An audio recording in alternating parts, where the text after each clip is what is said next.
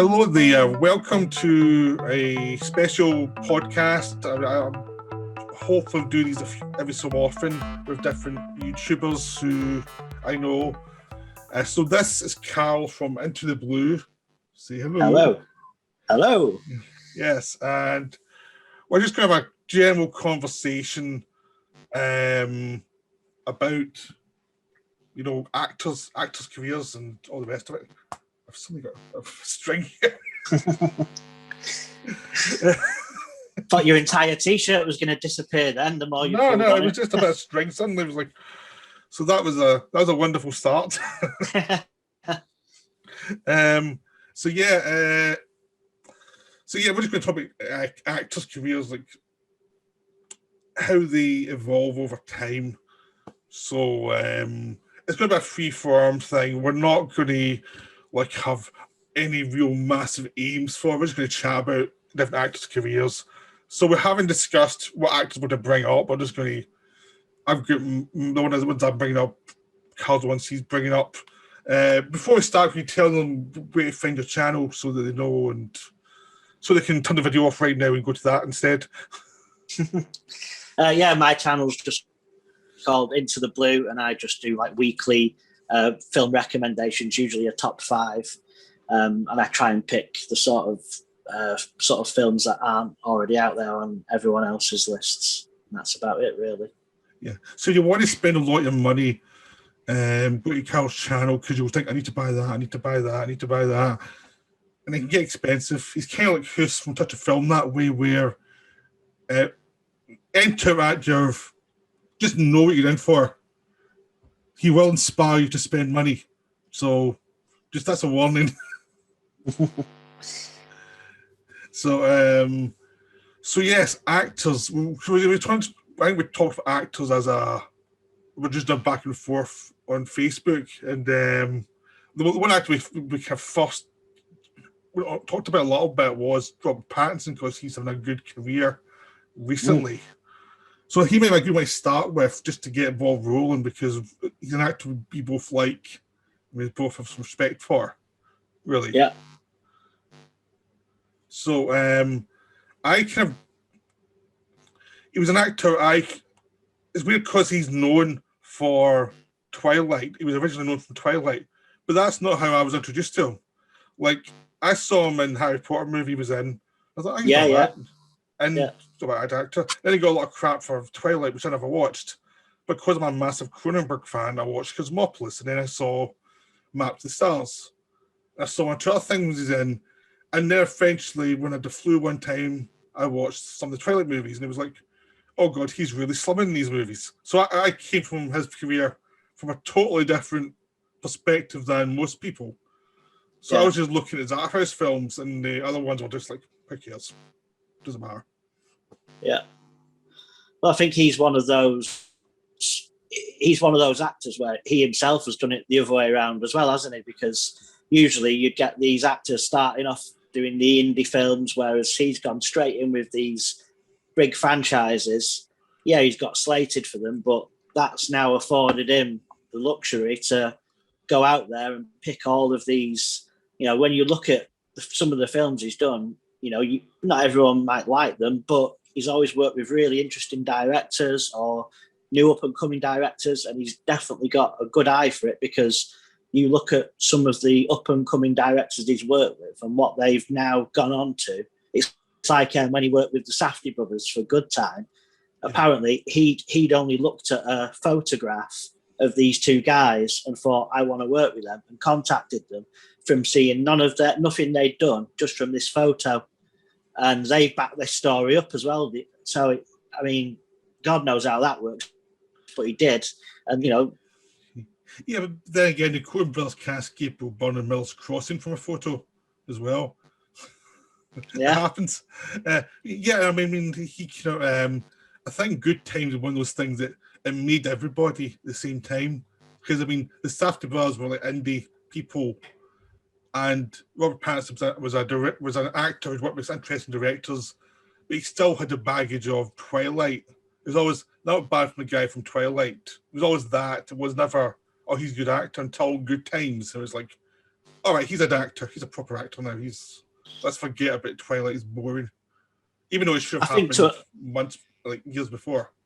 Yeah, because I think to a lot of people, he's always going to have that. To a certain group of people, he's always going to have that baggage added onto him.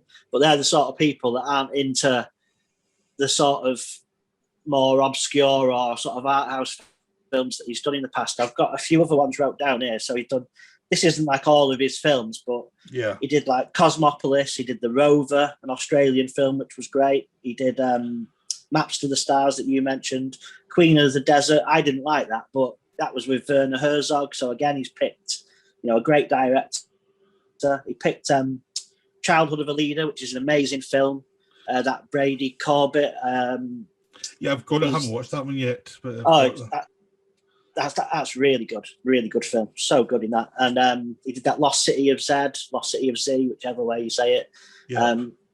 Another great film. He's done so many. Good Time, High Life, The Lighthouse. Yeah, Lighthouse. They're all terrific. He had Tenet, was his first big blockbuster after a long time, and pretty much everyone agrees he stole the film. People who like the film or dislike it, it's pretty much, well, Pattinson was the best thing in this film. He had the fun part and he played it well. So it was like one of those, like, he came out of it well, even though a lot of people weren't very keen in the film. He was fine. He was viewed as the fun part of the film, and now he's Batman. Which he is, which is funny because Batman seems to be like the part that all the weird actors get. Strange enough, you Michael Keaton, you Christian Bale, even Val Kilmer's a weird actor as well. It's like all the kind of weird leading men all go to Batman. And you get all and same with the villains in the Batman films now. They attract all, decent actors as well. Now, ever since Heath Ledger. Even before that, Jack Nicholson and But actually, with Burgess Meredith in the old show, Cesar Romero, they were always good actors. Yeah. George Sanders as Mr. Freeze. So I mean, Batman always had good actors in it. But it's kind of the part for the kind of eccentric actor. It's like the one they can do. It's like, are you a weird actor who can be a leading man? Batman. No. What was the other one? The last one that I saw of his.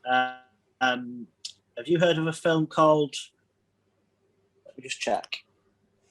Waiting for the Barbarians. It's called. I've gotten streaming, but I haven't watched it yet. But Dion recommended it, so it's on my list to watch. I've just got a massive long list to watch. It's like, see, that's a really weird one because it's a brilliant film. I absolutely love it, and I'm going to include it, in one of my videos as soon as I can.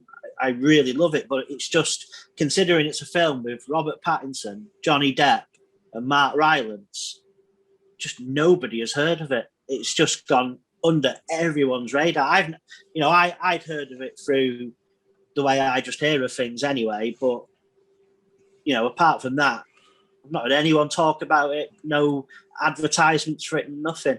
We heard about it when it was going to start filming, and it just disappeared after that, and it was like nothing. And I heard about it from Dion, and that's been it. That's why I got it in the streaming. So if I don't like it, it's his fault, basically. Yeah. And I think you'll like it. Pardon? I think you'll like it. Yeah, I'm hoping to like it. Yeah, it's on my list. But yeah, I mean, Pattinson do a lot of weird. He is kind of doing the Johnny Depp thing before Johnny Depp was really famous, where he would do a lot of the interesting odd films, the stuff that no one could quite understand. And I think Pattinson's a bit more edgy for the kind of parts he plays.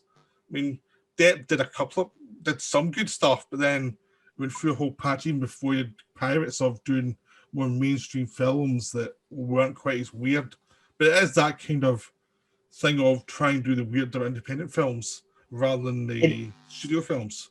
It is weird with Johnny Depp, isn't it? He's gone into that territory now where he's like almost a caricature of himself, isn't he? Where he's that eccentric and that weird in the roles that he picks. It's like, I don't know, it just seems a bit. I'd love him to go back and do just a really good, decent film where he's not not like a Pirates of the Caribbean or Alice in Wonderland type thing. Just a normal person. Yeah. Yeah, well, so now he's a he's good no actor. longer a movie star. Hopefully, he'll be able to go back and do those bits, things that he's good at, rather than to get trapped in Pirates of the Caribbean for 15 years, basically, because before that, he was a good actor who hadn't many hits, but everyone respected him. And then Pirates of the Caribbean, that kind of waylaid him into a lot of bad films that no one cared that much about. It's like, why are you doing this? This is ridiculous. Seems to happen a lot, though, doesn't it? It's like all these big franchises, whether it's like the big comic book films, because they a lot of them are going to be signed up to a trilogy, and then they're all popping into each other's, and then they've got the ones where they all come together. It's like you don't really see many of them do anything in between. You might get the odd one, but say, for example, all like the big Marvel films. You look at all those main people in that, you don't really see any of them do much in between. You might get the odd one, but it's rare. I mean, the person that gets the best of that really is Jeremy Renner, because he doesn't have the individual films. He just goes in, but he does stuff like Arrival and and Wind River. He's doing a big TV show about prisons and things, coming out with Taylor Sheridan, who also did Wind River with him. So he seems to be able to kind of pop in and pop out of those films, then go and do his own thing. And that's probably the best you can really do there, is like be like a supporting part there and get well paid, and you use that to get the other films you're really interested in made. Rather than I always wonder. Well, that's the thing. I always wonder, why don't they? Is it because they're just happy because they've got all this money? Because obviously they've been well paid for it, or is it because they just haven't got the time? But then I think, well, if some of them can, I don't know. I just find it, because some of them, it's like, they're not all sort of actors I'd follow, but some of them are, they're good actors. But it's just a shame, I think, because I think if they went and dropped themselves into an indie film, not only would you be able to see sort of what they could do, they'd lift that film so much, because it would bring this sort of new audience to this little indie film, wouldn't it? Yeah, I mean, Scarlett Johansson's done stuff like that. She did Under the Skin and things like that, and that for me is like probably the best thing she's done. I thought that was amazing. Yeah, because I mean, I think actors like that, because they pop into the Marvel films, they don't have to be there all for like 7 months. And someone like Chris Evans did have to be there. I mean, he did Snowpiercer, but there weren't that many of those things, because I think he was just into doing these Marvel films, so he was contracted. So it's like, you have to do these, so you have to carry this stuff for a long time, which is obviously why he's left now, because it was like, well, I think at a certain point you think, oh, I do something else. Well, and I bet there's a hell of a lot they've got to do, off camera as well, in terms of like promotion and tour. I bet there's so much they've got to do that we don't even really know about. Yeah, I think it's a good gig to have if you're in the support rather than being the leading guy. I think the leading guy you paid more, but it's probably a lot more stuff on you to do that you probably don't want to do. So but Robert Downey Jr.'s interesting career, because his was very wayward for a long time. He was like notoriously, I mean, for years everyone thought he's not going to make it. He's just not. He's so self-destructive. Until he finally kind of turned it around, like after like 15 years of God knows what. Yeah, kind of got him back on track. Yeah, but I mean, he the same thing as like Johnny Depp had, where he was a good actor that couldn't carry a movie for a very long time. Like, he was in so many films that did not do well, but if he was a supporting actor in a film, it would do well. But if he was the lead, it just wouldn't work. Because for a long time, he was just viewed as damaged goods. It was really Kiss Kiss Bang Bang that really kind of proved that he could be a leading man if you give him the right material. Yeah. I mean, I think that was almost as important as Iron Man 2, really, that film, because Bang Bang, because he needed someone to actually sort of focus on. Who was it that directed that? Was that Shane Black? Yeah, that's it. Yeah. It's a good film, that. Yeah. But for years, he was doing lots of really like sometimes it's studio films and sometimes it would indie films, but it was like it was always that thing where we had a lot of talent that was getting used, really. I remember watching. I think one of the first things I saw him in was Chaplin. Have you ever seen that one? Yeah, I've seen that He one. did. Yeah, I think that was the first time. That was the first thing I saw him in. I thought that. I think that's the sort of film I'd appreciate more now. So I've not watched it for a long time. But yeah, I'll have to rewatch that. I haven't either. But from what I remember, he was the best thing in it, and the film itself was kind of meandering, but he was good, really. Yeah. But when he just a kind of weird career. Even now, though, after he get the Marvels thing, he's popular and he's got a lot of money. But you look what he did after he finished with Marvels, Doctor Dolittle, and it was a disaster. And it was like, obviously he's having. I've not watched it. Oh, it's terrible. It's unwatchable. It's just so bad. It's obviously a complete mess, and it's so obvious that he shot half the film because he looks so bored for most. I hope it's people like him though that I hope, because he obviously doesn't need the money. I hope he can just now go back to all these films that like the sort of stuff we're talking about, because he doesn't need to do Doctor Dolittles and things like that because he doesn't need the money. It's like he doesn't need the fame or the popularity or the exposure. He's got all of that. He just needs to go back and show that he's a good actor again, I think. Yeah, because he's meant to be doing a film with Richard Linklater, so that's a good sign. Oh, is he? Yeah, apparently. I mean, I think that was a plan before the lockdown started. I don't know what's going to happen with it now. So, I mean, when you look at what he did to Keanu Reeves and Woody Harrelson, the Scanner Darkly, that was a terrific film. Very weird, very strange, scoping things. It was like, it's like that's the films that actors of that stature should really be putting their services to try and get them made. I mean, really, Keanu Reeves, he's had a really interesting career because he's been all over the place. He goes from bomb to hit to bomb to hit and tries all these weird things, and some of them don't work. But there's a lot more more expressive actors out there, but half of them don't take the chances he does. Yeah.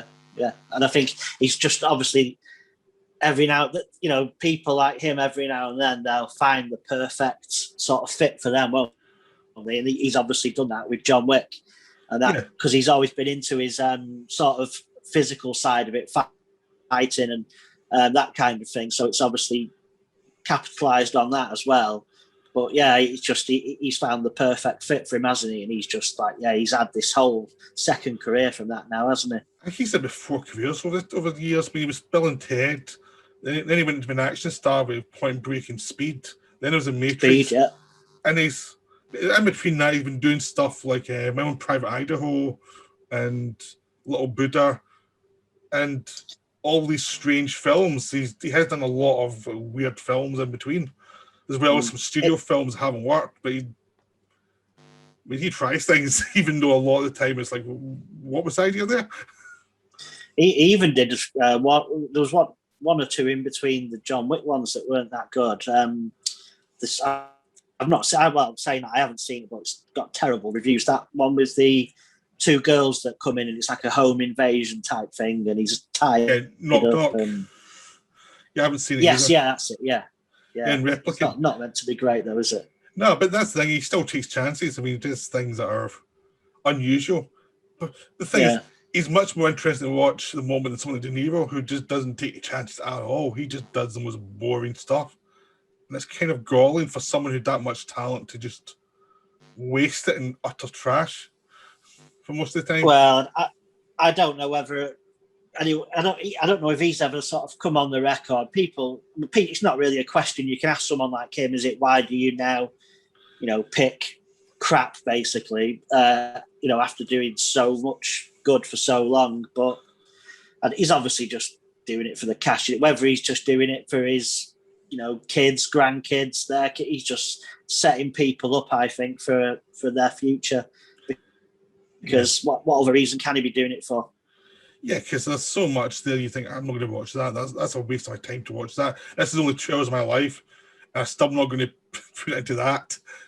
And well, it is, isn't it? There's that much stuff out nowadays. You've got to pick and choose carefully, haven't you? What you watch, but Yeah. You can't watch it all. Yeah, but I mean, him up to probably like Casino and Heat, there were some bad films, but there's a lot of really good films. And then after that, he just seemed to have kind of given up. But I read somewhere Brian De Palma saying even like when I'm doing Untouchables, like when he worked with De Niro in Untouchables, De Niro come in not knowing his lines. And he says that would never have happened like 10 years ago. Wow. You have to talk him through the lines to get him, help him memorize them. It's like, so something had set in even before that, even before we knew that as well. It was like, you think, well, how did that happen? Like, how did someone who's... Maybe it's just the length of time he's been doing it for. He just kind of fell out of love with it. I don't know. Yeah. It's kind of weird because you don't know if you're being like too brutal on someone, but it's like all that talent and it's just going to nothing. Really. And it's not just a long career. It's a long career being at the very, very top, isn't it? Because he's everything he's done, like for a certain period of time. You know, it was rare he was in something bad. You know, so he was at the top for a long time, wasn't he? Yeah, tell about the early 90s, really, and then it kind of faded after that. I think it was like a kind of acknowledgement that it wasn't good anymore. But even then, there was still some really good films like Mad Dog and Glory. I mean, there was Heat, there was Casino. There was still some good stuff even then. And then at a certain point, it became like, watch his films with, trepidation because it could be garbage. It's like, it went from maybe not all will be great to like, oh God, this looks terrible. And it's like, how does that happen to somebody? It's a shame, isn't it, to see someone like him become almost laughable in certain things, in certain films. But yeah, no, I mean, even when he's in something like The Joker with Joaquin Phoenix, it's like he's just so outgunned because he's up against a raw talent who's stayed hungry, and he just looks pretty flaccid in comparison. I know he's meant to play a guy who's burnt out, but even as an actor, his like instincts just didn't seem as sharp as some of the other ones around him, and I was like, wow, this does not look good. I mean, I wasn't a fan of The Irishman, and I think one of the problems was I did not like De Niro in that film because I just thought he never got my interest at all. I was always waiting for Pacino to show up because I was unengaged by him. The Irishman, I went to see The Irishman at the cinema, and I don't know whether it was just the expectation of, because as soon as you think Scorsese gangster film, you're automatically going to be thinking of like Goodfellas and Casino, but I don't know.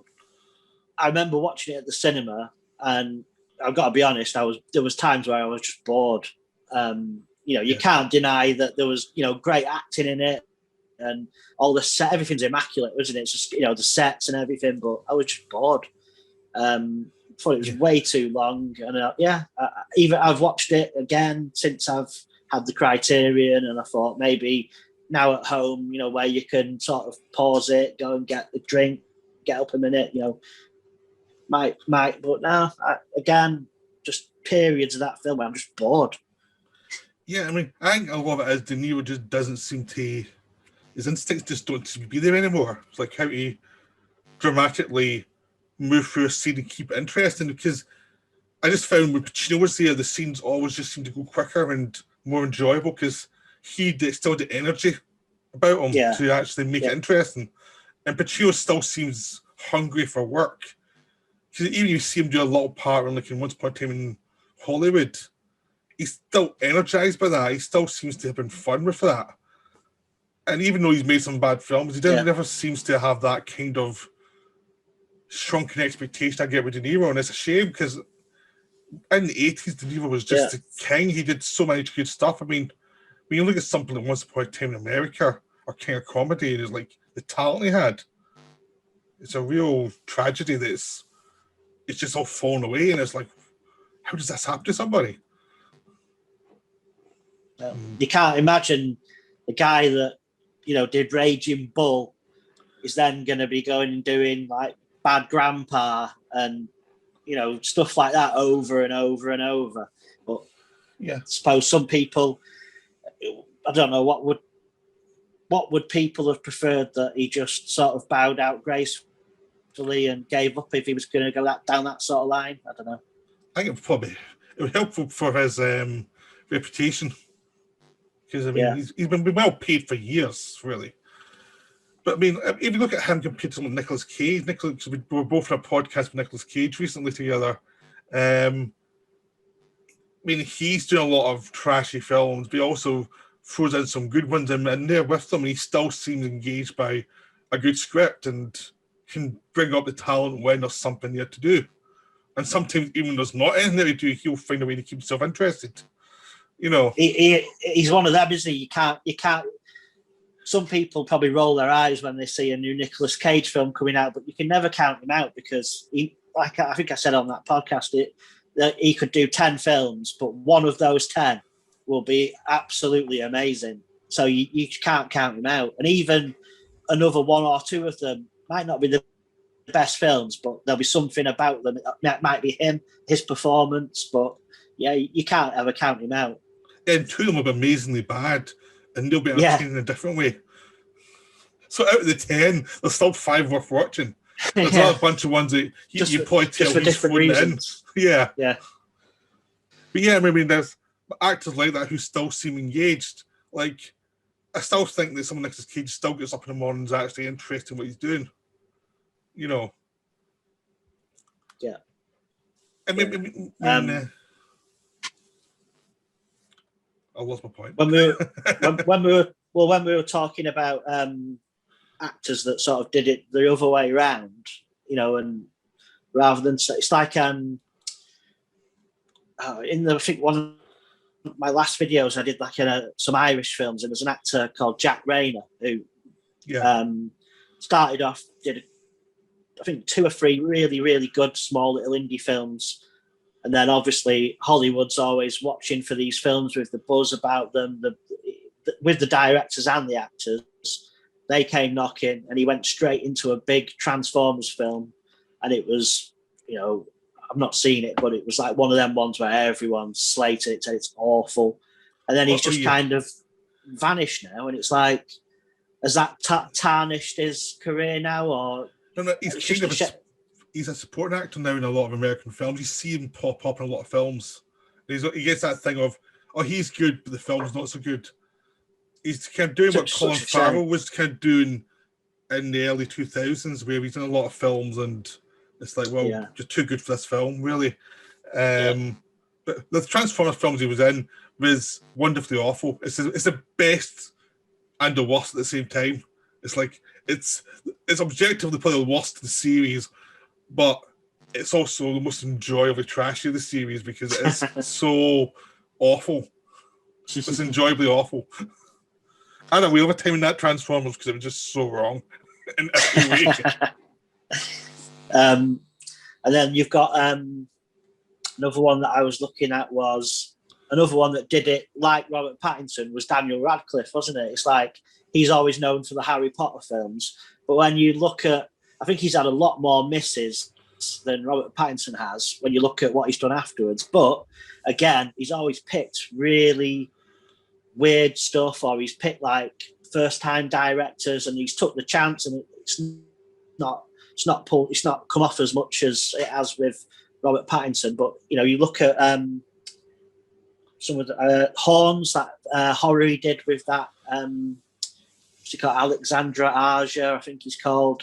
Really, I really like that. Really enjoyed that. Where he's sort of becoming a devil or the devil or whatever. Yeah. I saw Guns Akimbo. Yeah. Another he just wakes up and he's got these guns bolted to his hands, and he's in like almost like a computer game, isn't it? It's like yeah. I think Pattinson's got more range, so I think that's the thing. Pattinson can just go into different things, and he's not doing the same thing. I think Daniel Radcliffe's more identifiable because he's one of the most famous faces on the earth, and that kind of limits him in a weird way. And also, I think he's a better chance. You know how, because some actors, they use time sometimes to separate himself from the old persona. I think with him, he's building now, and probably when he hits his 40s, when his face changes, he's probably in a very good position at that point. But at the moment, his face is so close to Harry Potter, I think it does limit him slightly. But he's doing the right thing, and it'll probably pay off long term, you know. Yeah, I mean, well, he's doing stuff that's as as different as possibly can be from what he was known for. That Swiss Army Man. Did you see that one? I haven't seen that one. No. That's definitely worth watching. For me, I'd say that's his best one. Yeah. That's with Paul Dano. I really like that film. I need to watch that one. I mean, one of the things is this is something that really kind of started in the 90s. This kind of thing of you're in an action movie, supposed to do indies after it to get out of that, really. Because we saw something that Brad Pitt was, as soon as he became a star, he was trying to do indie films like, instantly, just to avoid the kind of superstar thing. And the thing is, she's such a film star that he can do whatever he wants, really. I mean, he's not an actor with lots of range, but if you put him in the right part, he's fine, But sometimes, he's a good director to the right part. Yeah. Because I think sometimes if you just leave him, he can become a bit monotonous. But if you get in the right part, he can be really good. It just depends on how you use him. Because if you've ever seen Troy, never as an actor so bored in a film, never as an actor ever wanted to leave that film. I think he's even gone on record and said a few things about that himself. I know, it's quite astonishing how someone can phone in that bigger budget movie, how someone can phone it in that much. It's just like, you just tell you not want to be there. I think it's a contractual thing, and you just tell. But then again, that film was just terrible. Yeah, it was. Yeah, and I love the Trojan Wars stuff. I love all that stuff, and it's like, even I was bored. It was like, how can you mess up the Trojan War? Come on. Yeah. The easiest story to nail, they messed it up. But he has been in some great stuff as well, hasn't he? That Jesse James film he did was amazing. That was terrific. Again, that was a good director, the right part, the right actors around him. I was actually a big fan of Into the Vampire from the early days because it was darker. I heard he hated doing that film, but it was a darker part and it was a depressed part, and it was a bit unusual for a lead man to do something like this. And there was all this. I've not seen that for so long. I need to watch that again because there was a lot of that was on with Tom Cruise in as well. Yeah, and there's a lot of weird ambiguous sexuality going on. And it was like, that's quite a brief film for them to make in the mid-90s, Yeah. He's another one though, isn't he? Tom Cruise. It's like he's now known for his Mission Impossible films, and again, he's like just locked into them now, isn't he? And it's, if you look back and see films like when he does like Collateral, or when he did Magnolia. Yeah, Magnolia, or even when he was in Tropic Thunder and was playing that daft bloke with the bald head and just something completely different for him. Again, he's one of them. I'd like to see him go back, and it's just the Mission Impossible films are good for a big action blockbuster when you want to watch that kind of thing. But again, it's like you can go back and just try some of these other different things again. Yeah, I liked American Made. Do you see that one? He did that between the Mission Impossibles. He did. It was a bit. Oh yeah, was that the drug smuggle? He was in the planes, the drug smuggling one. Yeah. Yeah. But I mean, forgot about that. Yeah. Yeah, but I mean, the thing with him is he's an actor in his late 50s. He's trying to stay relevant, so he has to do certain films that. So the Mission Impossibles are necessary to keep himself relevant, but they're only going to last another year or two, because once these last two are done, it's like, you got to go and do something different now. I think this is it. He'll have to that. He'll have put himself in a position where he'll have to stop, because he's like up in the ante each time, isn't he, with what he's doing in them? And he's like, there's only so much more he can do. I mean, I know he's incredibly fit, but at the end of the day, you've got to factor in his age. He really messed up his leg in the last one, didn't he? Because I heard like in John Wick 3, like kind of he was saying to the director, okay, let's try and work out how many more we can do these before my body can't take it anymore. Or it's like, there are limits here. Like, I've only so much I can, because he's apparently very good at that stuff, and he's very dedicated and knowledgeable how to do it. But he's basically saying, like, there's only so much I can do before, like, just reality of the situation. Because I think both of them are now in the last periods of the action star, being an action star. I think both will bow out a few years from that kind of stuff. I mean, you can only do it for so long before you play an action star who's the mentor around the person doing all the stuff. Yeah. Stallone still does it, but it doesn't look credible at all.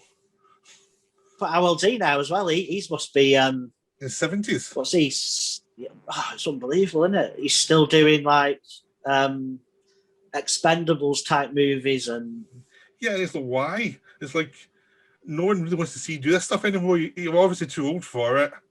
It's not relatable anymore. You can have to. There's a certain point where you have to go into the wild bunch phase of your career and not do this stuff as if you're 20 years younger. Well, it's like in the Creed films, a lot of people, especially in the second one, were saying, "Oh, we wanted to see, Stallone fight, Rocky fight Ivan Drago again," and it's like, well, that wasn't what the film was about. And at the end of the day, what would we have got from watching two blokes in their 60s or 70s having a fight? It was never going to recreate what it did in the old Rocky film. So they did the best thing by not doing that, for sure. Oh yeah, no, it's there's a certain point where you're just getting too old to do stuff, and you have to kind of just accept reality. Yeah, and it's like some actors accept it quicker than others. Like when you look at Kurt Russell, he comes in, does a little part in an action movie, the Fast and Furious movies, and then he leaves again and lets them all go and half kill themselves in those movies. He's like, I'm not doing that. I'll do the dialogue. You do the stupid stuff. I'm fine doing. Yeah, I'll steal the film from while sitting down. On your noses. Yeah, he's doing it from a sort of different slant now, isn't he? Yeah, that's probably the sadist slant. No, I mean just like just be the mentor figure. It's much easier. Yeah. And people like that though, because he's still turning up in the same sort of things he would have been the action star in. Yeah. But now, coming in it from this different. So I never thought of that. Yeah, and it's still like it because he's in it. They like him, so that's fine. Yeah. But another actor who burnt out and all that stuff is Bruce Willis, who was doing a lot of interesting stuff between the action movies, and now he just doesn't care at all. He's gone full De Niro. We said about Laughable before, and he really is now, isn't he? It's like I don't think anyone takes note. I think there was one out not long ago, and I bet if you asked 100 people what the name of it was, I bet there'd be less than 10 out of the 100 that could tell you what it was called. He's just become so. It's a shame, but he's just laughable now, isn't he? Yeah, but then you see him in something like Glass, which was even only a year ago, and he was good in that, and it's like, well, he still has the talent.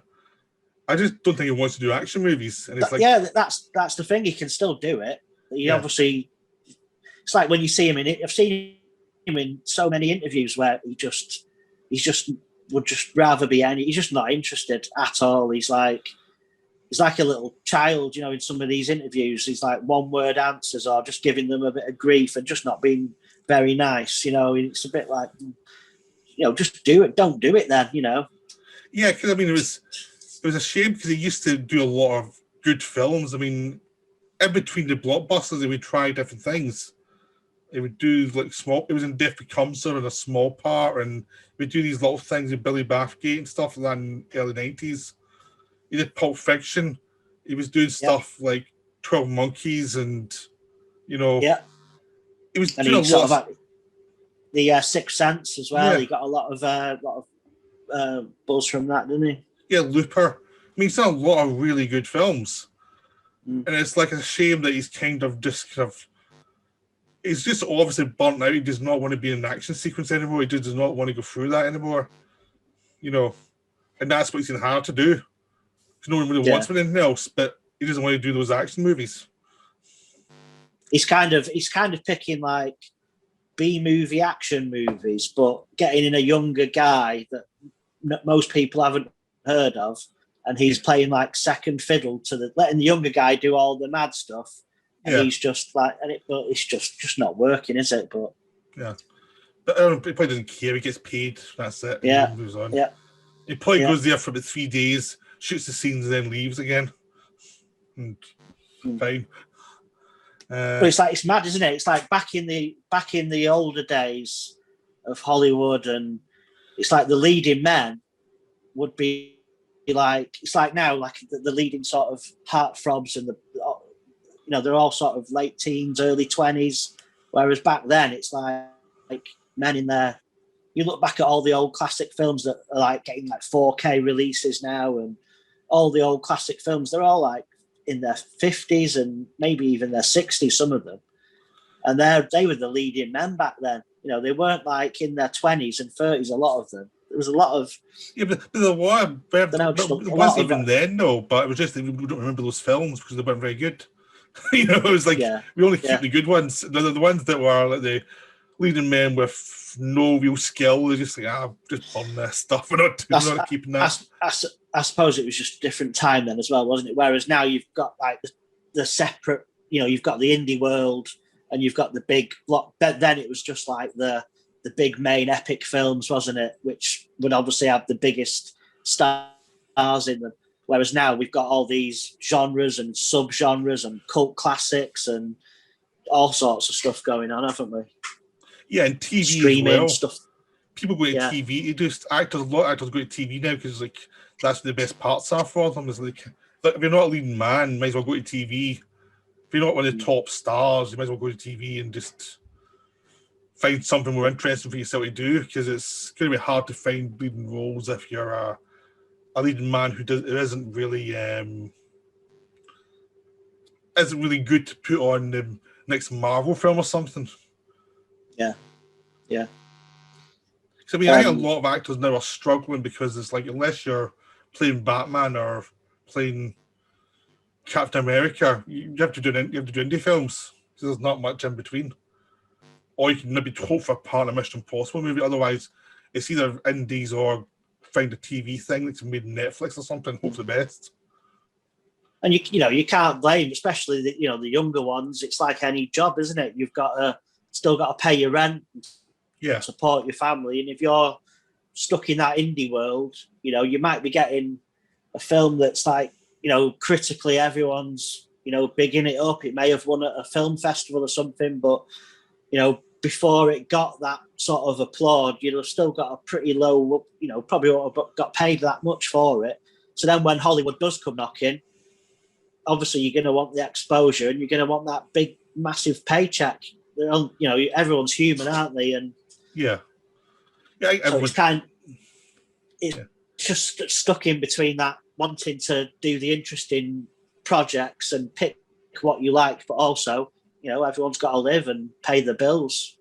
Yeah.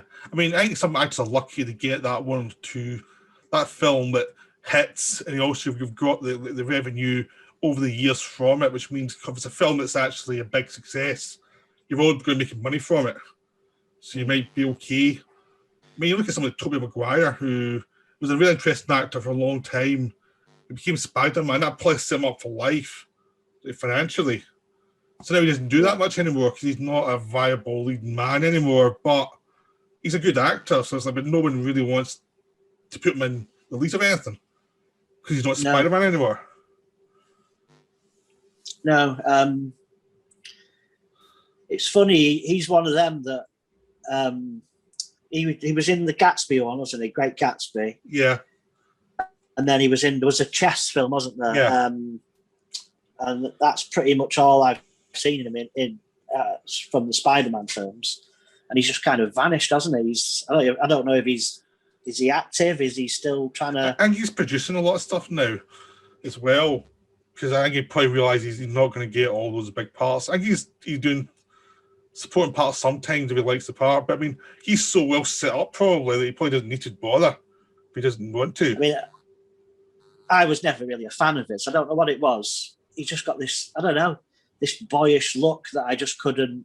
It's like when we were saying about with Daniel Radcliffe. It's like I've seen him pick some interesting stuff, but I don't know whether it's because you've like seen him grow up like on film. But for me, it's like, I think there was one where he had to go undercover as a Nazi or something, and he just didn't fit. You know, like you could just see. I wasn't looking at him thinking, well, that's Harry Potter, but it just this boyish young kid who's like, you know, you're not going to just shave your head and then infiltrate, you know, this Nazi. It just I don't know. Yeah, but that's the thing though. Some actors can pull that off, but some actors can't. I think you need a bit of darkness in your personality to be able to pull that kind of stuff off. You can't do it and go in like a leading man and do it. You need to have some darkness. I mean, if you look at something like American History X, I mean, they had young actors there, but they had young actors who were good actors who also had hints of darkness to them, because there you had Edward Norton and Edward Furlong. And those are two darker actors who have done a lot of good stuff that's not the easiest stuff to watch, you know. Yeah. And both of them have struggled for a long time as well, because their kind of films aren't commercial. Yeah.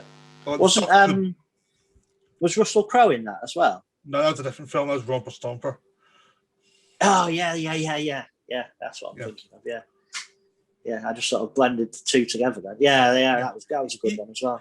Yeah, because I mean, I did a video on Animal Factory, which Furlong was in with Willem Dafoe, and no one saw that film at all. And it's like, that was a real shame, because that was a really good film. And it was like, that's a film you're hoping young actors would do, but they can't get finance. And Steve Buscemi directed it, and it was like, nobody cared. And that's the thing. That's the thing. If you're an actor who makes that is better at darker parts, you're going to have some problems. But if you're an actor who's more a mainstream actor, like Daniel Radcliffe, who can always go and do the kind of Harry Potterish parts, but he's got the money already, but it's almost a bit of a tourist within the darker stuff, but even though you're not quite ready for it. But then again, some actors start off that way, and then as they get older, they get experience, so they actually get good at that kind of stuff. So sometimes those first early films that don't work that way are good for the later performances. Yeah. It's like I've always liked. Well, you're like your character actors, but over the years it's become its own thing now, isn't it? You've got lead character actors now, haven't you? Like Jeff Bridges. Say that, or like even like Joaquin Phoenix. You know, when you look at the sort of stuff he does, or even like Tom Hardy. They've made that sort of character actor sort of way of doing things into like a lead man's role now, and I think that's why they're two pretty good examples. They've just got that. I know Tom Hardy's like mega like popular with the girls as well, but you can't deny he's a bloody good actor. And same with Joaquin Phoenix. And I think there's another guy as well that I'd put with them, Matthias Schoenaerts.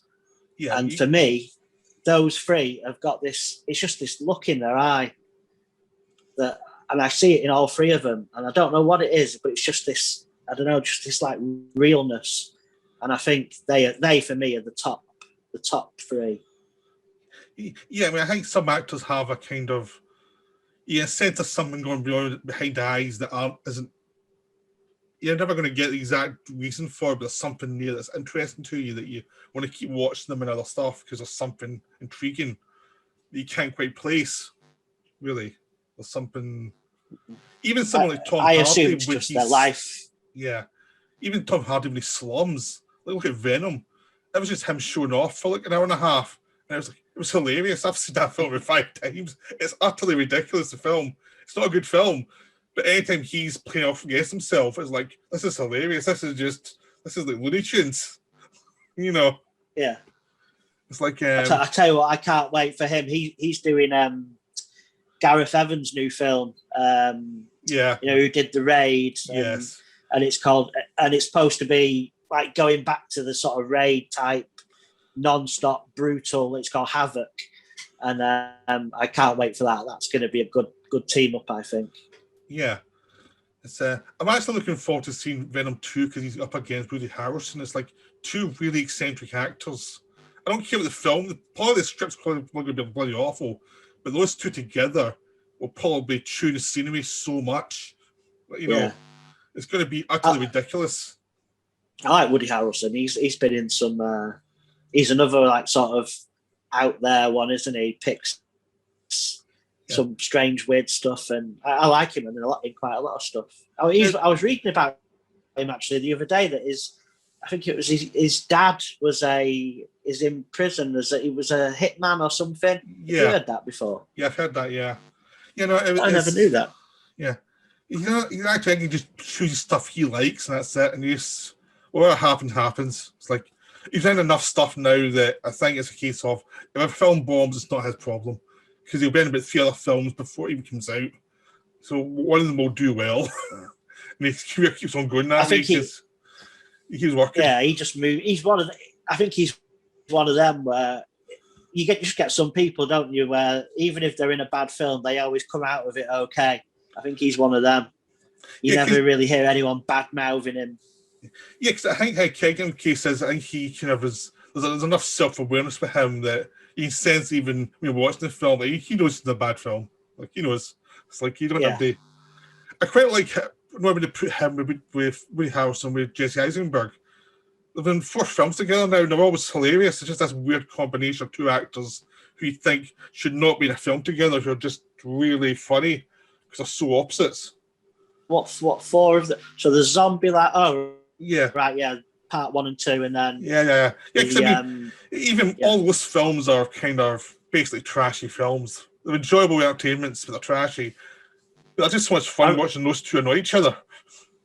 I think I really enjoyed the first Zombieland. I thought that was you said, just a really good sort of trashy. Yeah, it was a funny film.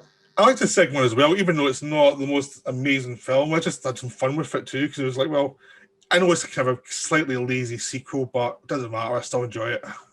Yeah, it's like I don't mind lazy sequels if I enjoy the actors. I don't take the plots that seriously anyway, so it doesn't matter to me. But I think some actors can get away with that. And Jack Nicholson can get away with that as well. He can be in trash and it doesn't matter. It's like, he might have an odd bomb or 2. It's like, the next one will probably be good, so it doesn't matter. Yeah. He's that kind of charm. Yeah, he's like, I've not seen, there's so many of Jack Nicholson's like big film. He's one of them that the films I've seen him in, his big ones, I absolutely love. And I've just recently actually started ordering some of his, a lot of his other films. It's like I only watched Chinatown maybe for the first time, maybe a year ago. Wow. And that's just like straight into my, probably say top 10 of all time. I absolutely love it. And he's just, he's amazing in it. But when you just get these actors or these films that you don't know why, you're not avoiding them. It's not any dislike towards them, but you just overlook them. And he seems to be, apart from like the really obvious ones, he seems to be one for me. But I've just started ordering a few. So yeah, it's funny. I saw the 2 Jakes in the cinema. That one weekend it was released because of Secret Chinatown. I saw it when it came out. I'm one of the few who actually saw it in the cinema. That's one of the ones I've just ordered, 2 Jakes. It's actually better than its reputation suggests. I mean, it's no Chinatown, but it's actually better than. Yeah. If you accept it as a flawed sequel, don't expect too much. It's a flawed film, but there is something to this interesting, but it's not outstanding in any way. But still, there's something there. Yeah. It's one of those ones I know I'm going to do a video on eventually. It's like it seems so obvious for my kind of. It's one of my films I should cover at some point. But I haven't. On the actual film itself, rather than Jack Nicholson. Yeah, just the film with 2 Jakes. Do one on the actual film. Yeah, I mean, I'll probably do both films, like Chinatown and 2 Jakes. Yeah. It seems silly to not do both, but it seems my kind of film to do a video on. But I saw that in the cinema when it came out. But I mean, I ordered The Last Detail yesterday from the Indicator sale because I've seen it so many times, but I don't actually own it. So I've seen it on TV a lot, and I've seen it here, there, and everywhere. And it's like I've seen this film about 5 times, and I still don't own it, which was really bizarre. So I bought it. Is that? I didn't realize there was an Indicator sale on. I'll have to go and take a look. Yeah, I had to be a good boy and just get one or two, and that was me. I got Last Detail in the Night Tide, and that was it. I was making sure I wasn't a bad boy this time. I bought a couple of indicators about 2 weeks ago, so I'm gutted now.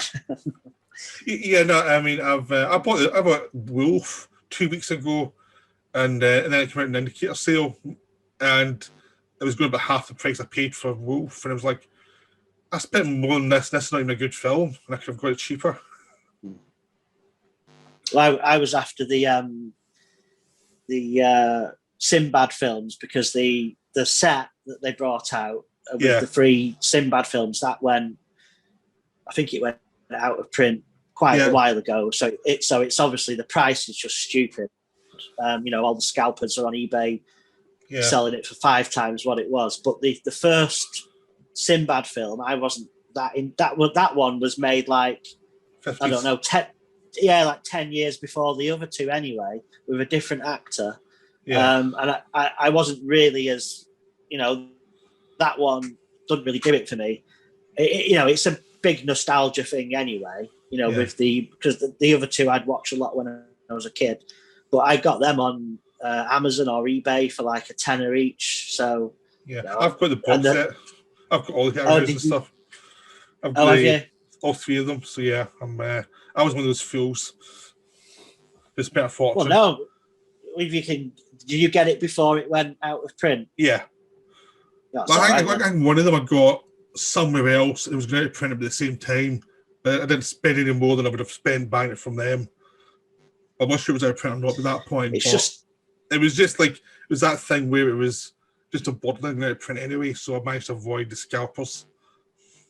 It's really frustrating though, isn't it? Because there's so much stuff out there that you assume is just going to be around, and then all of a sudden there's this panic, like it's going out of print, and then I always seem to find out about these things last, and then it's too late, and you can find out an hour later, and that's it. They're gone from everywhere, and they're only on eBay, and they're 10 times the amount. It's so frustrating. Yeah, I had the. There's nothing you can do about it. You can't just go out and buy all the Criterions or whatever because they might go out of print. You just got to live with it, haven't you? Yeah, because I had the Noir box set. It was about to go out of print, the first one. So I went and bought it, and then it's still not out of print yet. And it's like, I had a rumor it was going out of print. Yeah. But it got me starting buying the box set. So I was kind of ready to buy it anyway. So but there was the motivation. So that's one of the reasons why I'm skipping this month. So when I got those 2 with Indicator, I had to then go and get like the original Clash of the Titans and the Jason and the Argonauts as well. So because they were like the 4 that I'd always watch. Yes, I've got the Beast from Thousand Phantoms. I've got Val de Grange. I've got First Men. I've got actually most of them now. Like, because I watched a lot of them as a kid. The Free Travels of Gulliver. Yeah. So I'm a massive Harryhausen fan. I watch all of them. I actually like the old 50s one, the Harryhausen, the Sinbad one. I showed it to my nephew when he was about 5 or 6. He adored it. It didn't matter. There was old special effects. He was just like, that's amazing. Yeah. Because kids don't care as long as it's interesting.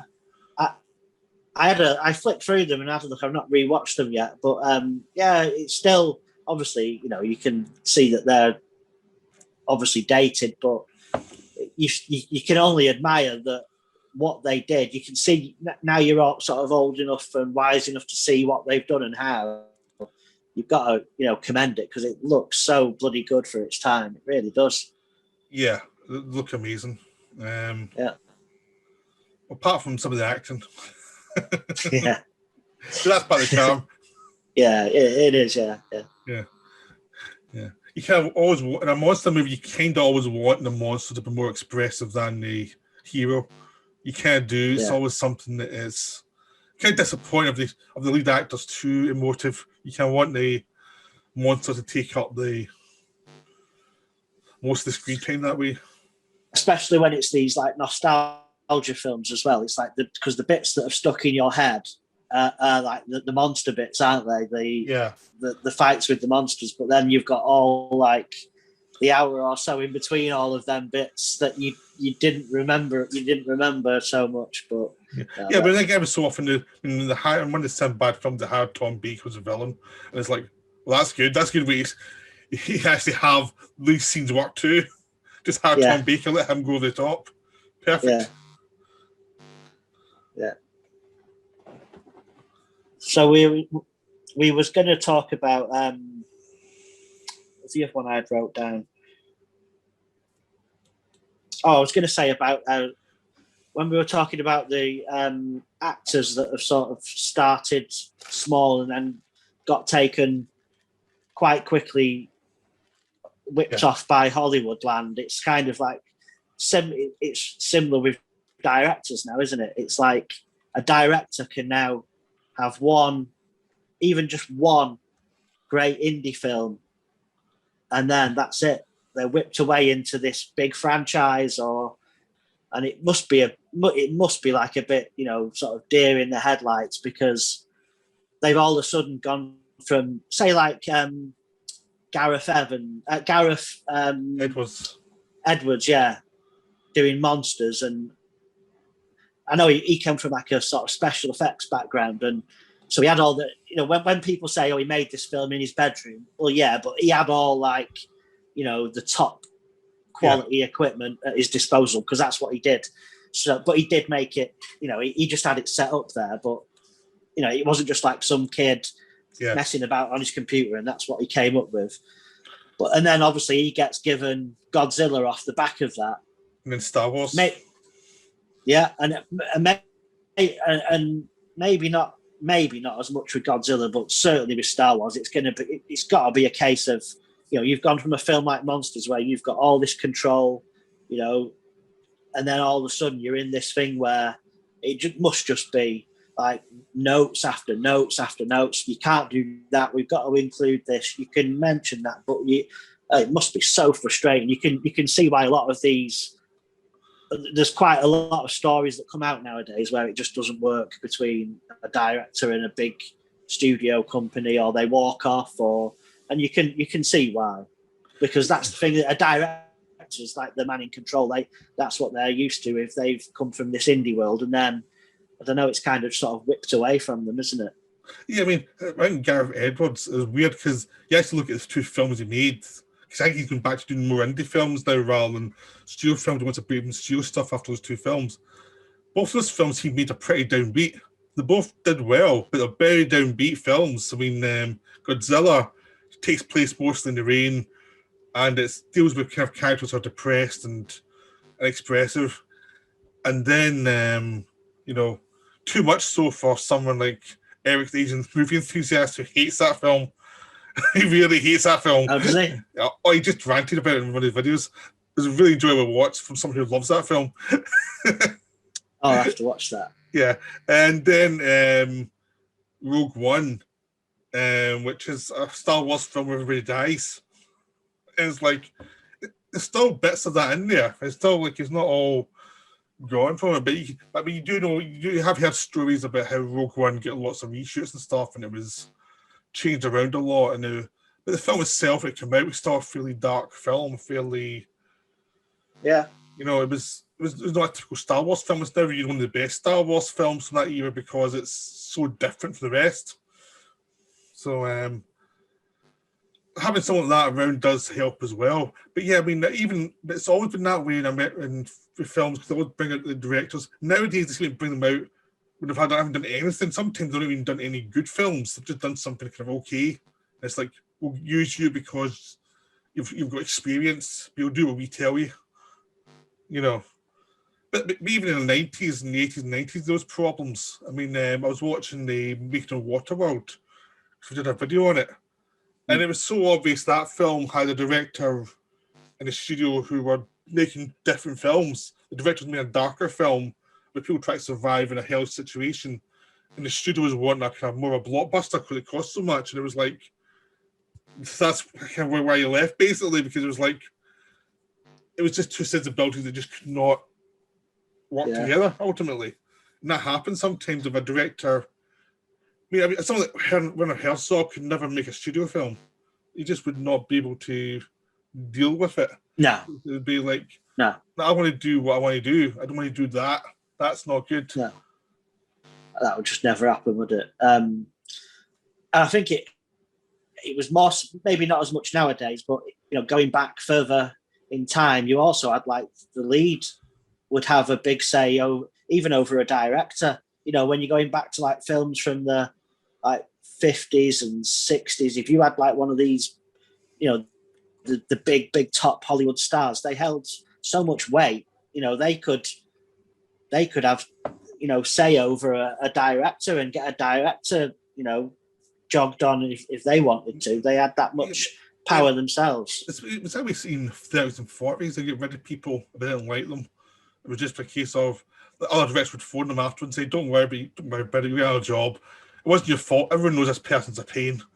Don't worry. Yeah. It's like everyone knows it's not a problem. But yeah, even like Waterworld, it was so notorious that Costner was hard to deal with because Costner wanted things done his way. Well, that's the rumours, but everyone kind of assumes it's true. And even now, there's always actors who have control. Tom Cruise has control. He's smart enough to know to hire good directors who he can work with rather than try and control them. Like he tends to work with directors who know what they're doing. Really. If you look at the directors he works with, they're either very experienced or they're people who you have a good working relationship with and you can make decent films with an odd exception. If you look at The Mummy. Yeah. Yeah, that didn't work so well, did it? No. That was like that was the end of that. They had to do another like hard reboot after that, I think, didn't they?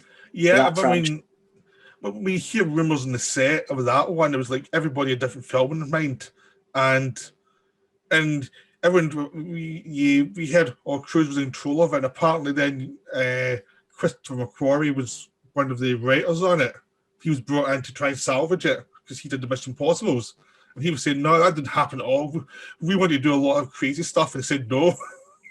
Like, we wanted to, like, kill off Tom Cruise like much earlier and stuff like that and do really weird stuff. And they were saying, no, you're not doing that. No. So it was like... So the studio was saying no? No, yeah. Oh, right. To them. And it was like to the movie star, they were saying no to the movie star, apparently. And to the writer he was confident in. And it was like, apparently it was just a total mess of like so many agendas. I think at that point you just give up and just say, I'll just try and get through the film and see how it works. Well, they had a whole lineup, didn't they? They were going to do like a Jekyll and Hyde with like Russell Crowe, wasn't it? And Johnny Depp was going to be in. What was he going to do? Was he Invisible Man? Yeah. So I don't know. I assume they've all been scrapped. This latest Invisible Man with Elizabeth Moss. Yeah, I don't know. Is that like the official new start to this same? Honestly, I don't care. I just don't care. It's like, yeah. I hope not, because it becomes them films then where they sort of they start worrying too much about the setup for the next film. Yeah. Rather than concentrating on the film they're making. Yeah. And writing in, who's going to cross over into this one and then that one, and it's just, concentrate on the film you're making. It's quite funny though, because they kept on mentioning this is the start of the DCU, not the DCU, the Monsterverse or something. And it was never any talk about Cruise coming back for a second one. It was almost like he told them, I'm not coming back, sod off, I'm not coming. I know what this film is. You couldn't catch me when near this thing again. So I always wonder, how much, how much can an actor know just from being on set whether a film is going to be terrible or not? That always intrigues me. Like, do they get a feeling? Can they tell from, what they're doing, or have they got? Because a lot of the time, like they say, the film's made in the edit, and I think it was in Mad Max, wasn't it? Tom Hardy was not getting on with the director at all, and he was like he apologised to him afterwards once he saw how good the film was, because he just had no faith in him at all. Yeah, I think it depends film to film. I mean, I think some films just seem blessed that everything goes well, and other times it's like fingers crossed, hope it works. I think it just depends on the film. Like some film, I think it's more, from what I gather, it's more likely you know when a film's not going right. Like, you know when a film's cursed. Like, I think everybody knew that Mummy film's cursed well before it was finished. I think the writing was on the wall and they were like, oh God. Yeah. And I think some films, you just seem cursed and that's it. But I'm sure they probably know if they're a good feeling about the film or not, but they also probably know that been through that before with a good feeling of a film and it turns out not to be good. I mean, well, I'm pretty sure people knew to speak to was cursed before they saw it. How can you not know that one was cursed? Yeah. Because you did a video on Apocalypse Now, didn't you? Oh, yeah. It's hard to remember what I do videos on. And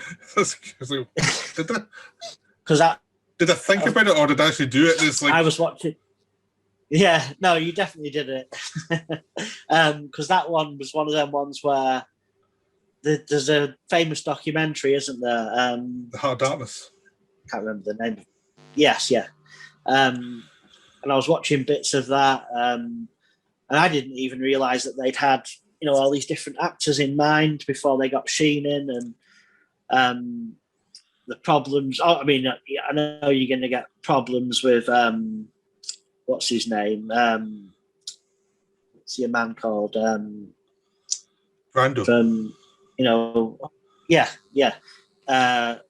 But I didn't know to like what extent, and the issues he was having with because Dennis Hopper he fell out with, and there was another actor that was they tried to get Jack Nicholson in, and they had all sorts of like big names come in, and they'd not last very long and go again. And I'm trying to think who the actor was, and he's actually still in the film for like. Yeah, that's it. And he's in the film still for like 5 seconds or something. Yeah, apparently they asked Nicholson said no because he'd worked with Coppola during the Roger Corman days. He was like, there's no way in hell I'm going out to the jungle with that guy. There's just no way. I'm not. I bet when they saw how long they were there for as well, I bet he's glad he made that decision though now. Yeah, no, apparently he knew Coppola was a bit nuts and he knew they saying there's no way I'm going to jungle with Coppola. That's just it's not going to happen. I'm not that mad. Well, there was like actors saying that Coppola and Brando would just fly off for days or a week or two on end, and everyone else would be there just waiting, and then they'd come back and bring someone else back with them, and must have been a difficult one, but obviously the outcome is it's amazing, isn't it? But but Harvey, I think Harvey Keitel said there's still a scene on on the boat where you see the back of his head. That was when he was brought in as the lead instead of Sheen, and they did a few scenes with him, but it was just scenes, not non-dialogue scenes. So there is actually one still in the film where you see the back of his head on the boat for about 5 seconds. Yeah, because that was before him and Coppola fell out, and it was just like. Yeah, it was just one of those films that was a disaster. It was. I have to turn this light up now. It's getting dark in here. Oh, you can see me again. Scottish weather. It changes every 10 minutes. I think actors can go nuts, though. I think that's one of the big thing about actors in their careers. Some of them tend to just go nuts over time. Like they just tend to lose it. I think. I mean, look at Brando. Brando just seemed to give up and then get more and more eccentric and just didn't want to be there ever. But you got to wonder: was he genuinely nuts at some point? Or did he actually just go cuckoo? I don't know. I mean, it's like you look at. If I was looking at like actors around nowadays. You think is it the ones that sort of do all this sort of deep, go sort of really heavy method acting and it's like Joaquin Phoenix. He's the sort to me. It wouldn't surprise me if in 20 years' time he turned out like that. He just seems that sort. He's just a bit, I don't know, he's a bit Odd. out there, isn't he? Yeah, Yeah. yeah. But absolutely, one of the best working actors there is at the same time. So Yeah. Yeah, because all these stories about Wesley Snipes went native, making Blade 3. I was thinking, Blade? Really?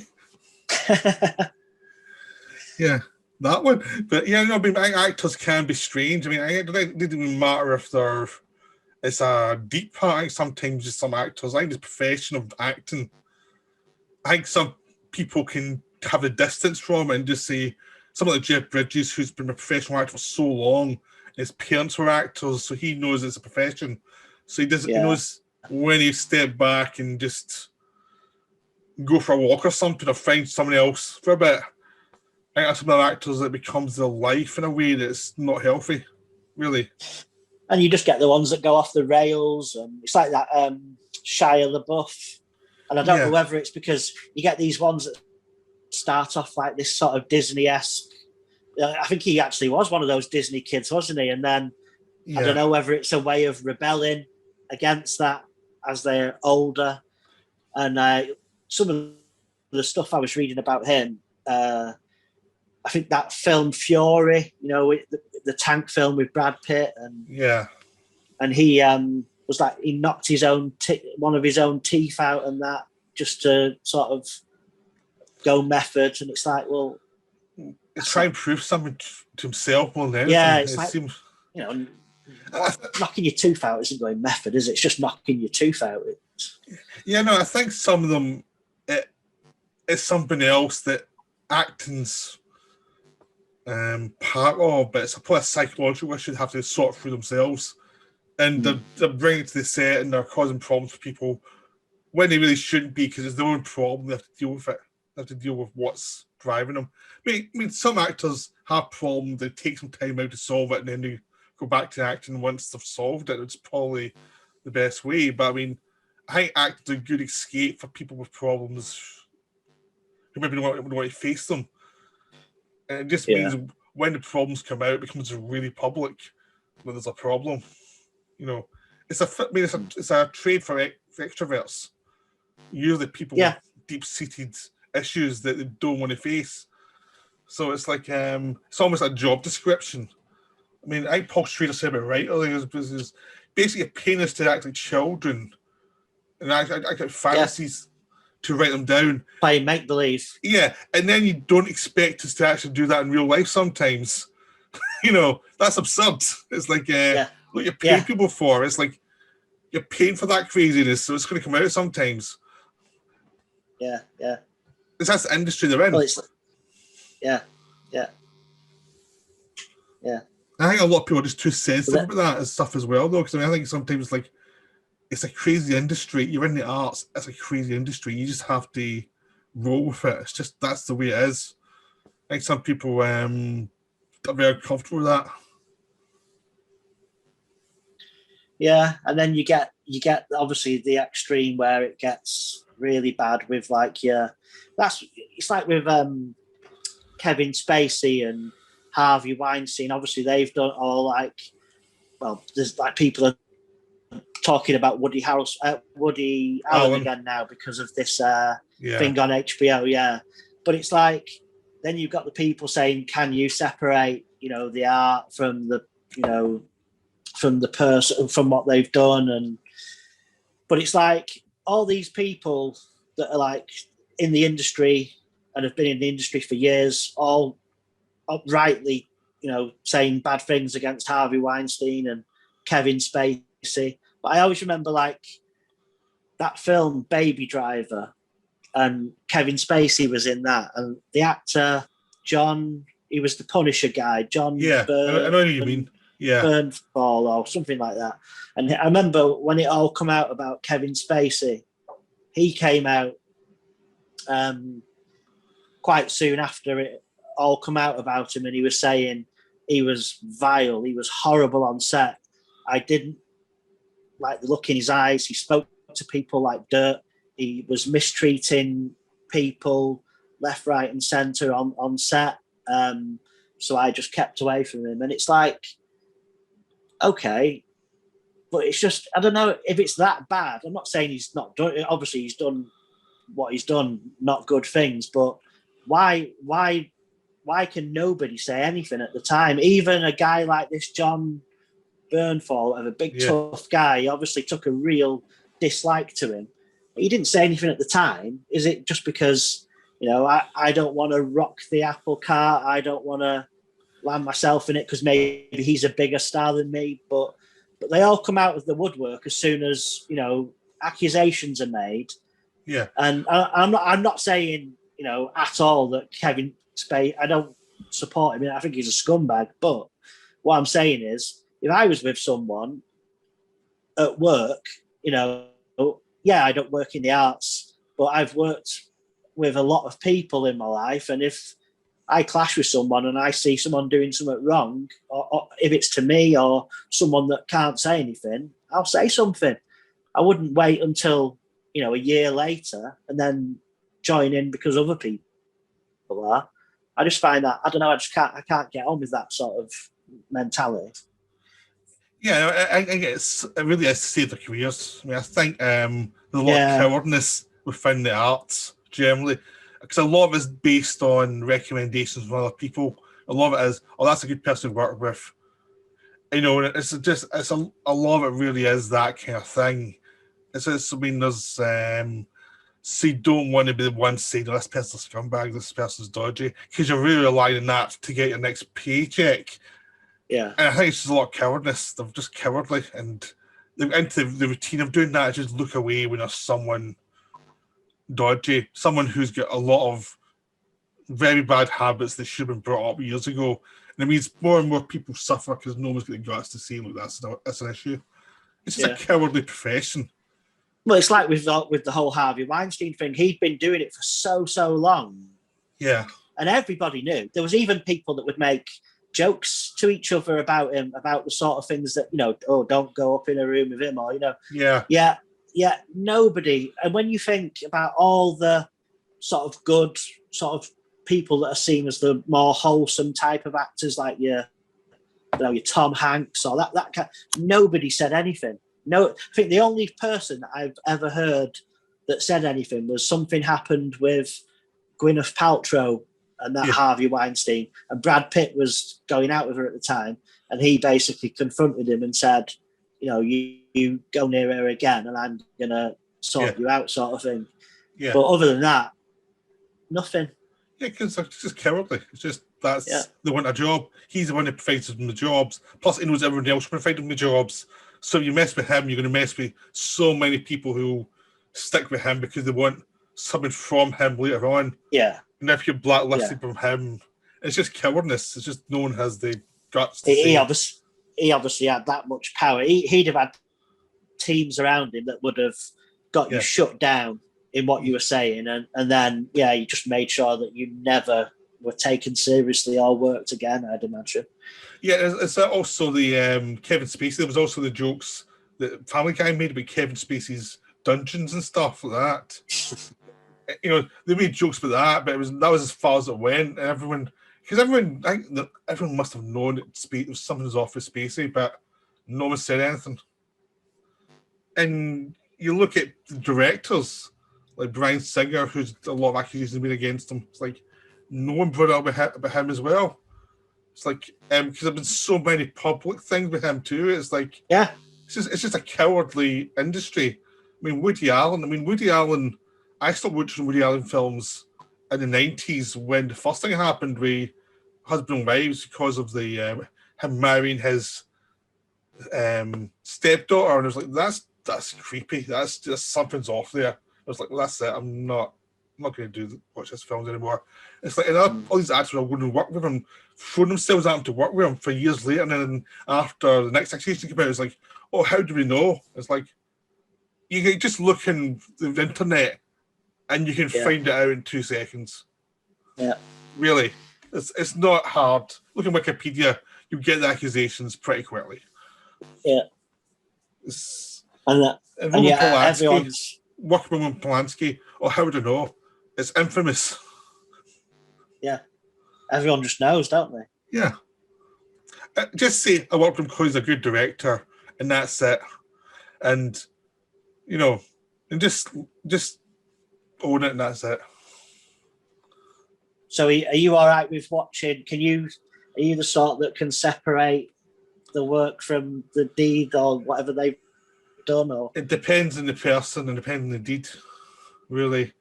Like, I never liked Woody Allen in the first place, so not watching his films wasn't really that much of a problem for me.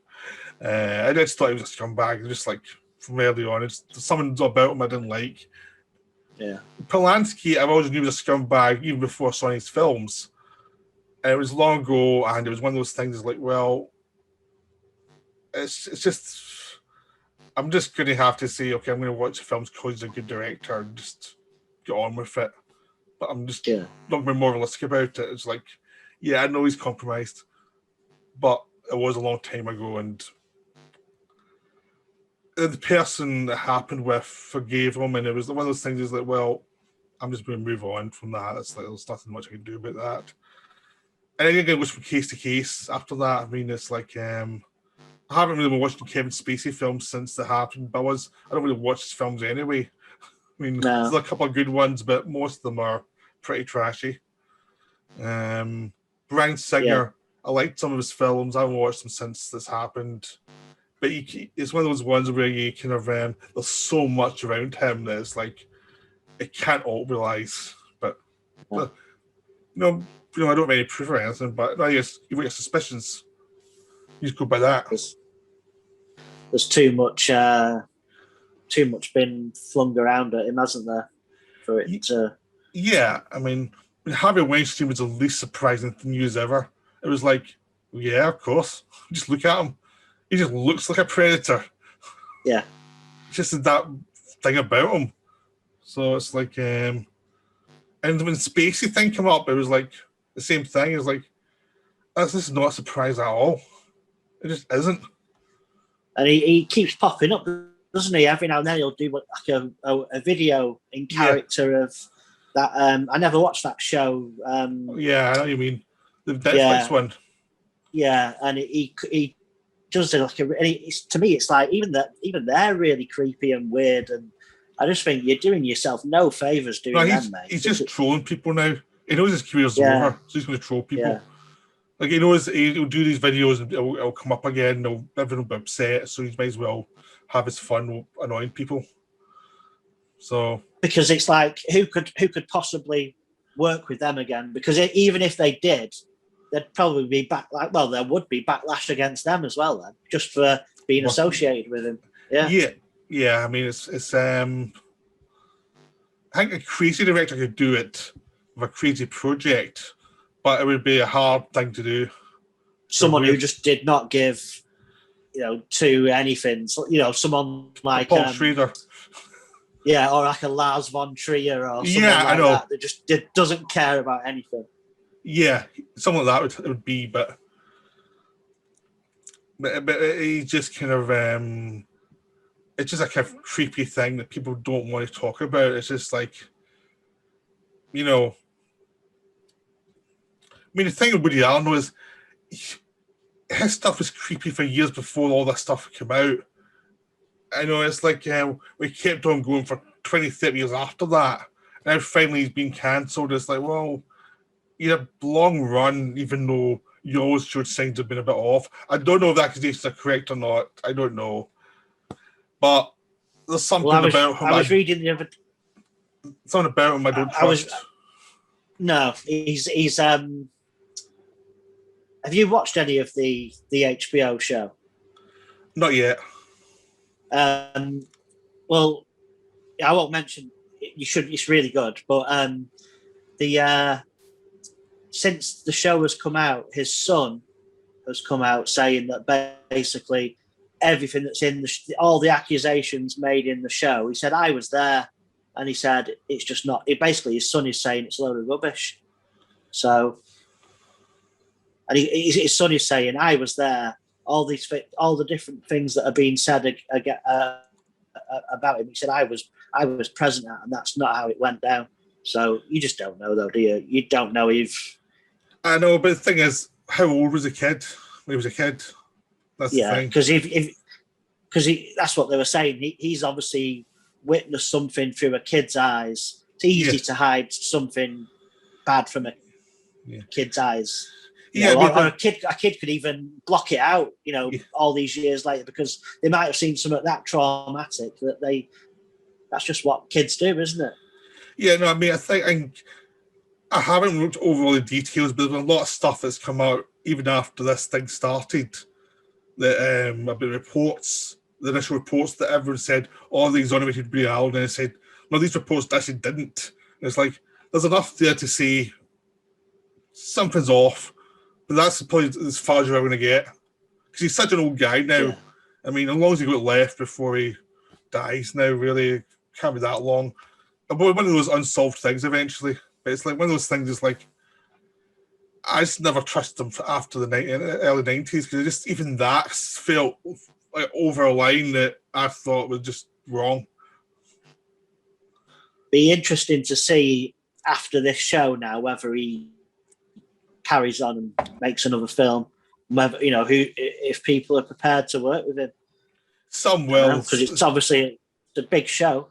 Yeah, I mean, thing is, he's a diehard supporters in show business who say it's all a Pharaoh influence conspiracy. And it's just like, I don't buy that either. I don't think it's a conspiracy. I think it's two different people with two different points of view, and you have to choose which one you believe. And I mean, I kind of veer a bit more towards something there, but I don't have proof for anything, so it doesn't really matter what I think. Because, I mean, there's a hell of a lot of, even his last film, Rainy Day in New York or something like that. I've not seen it, but I know it's got like that Timothy Chalamet in it. He's a good young up and coming actor, and is it Emma Stone? Emma, I think she might be in it, maybe. But anyway, it's like all these people are still prepared to work with him, and that was all news then as well. No, but they did that one before everything came out. It was short. It just wasn't released.